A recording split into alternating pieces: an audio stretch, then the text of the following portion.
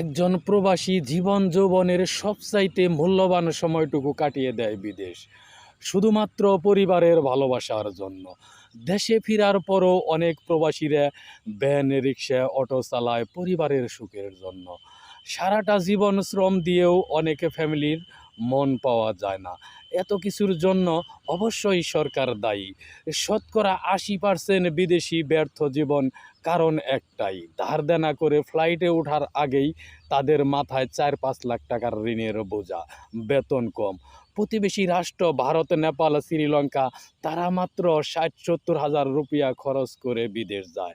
আমার দেশের শ্রমিক বিদেশে নাম নিলেই 4-5 লাখ টাকা লাগে। বাংলাদেশের আইন শুধু নিতে জানে, দিতে জানে না। পার্থক্যটা কোথায়? একজন শ্রমিক ঘাম জড়িয়ে টাকা দেশে আনে, আর একজন দেশের টাকা বিদেশ ঘরবাড়ি বানায়।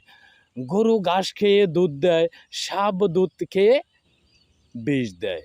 পার্থক্যটা রাজনীতি। মুখে মধু অন্তরে বিষ, রাজনীতি হয় পলিটিক্স।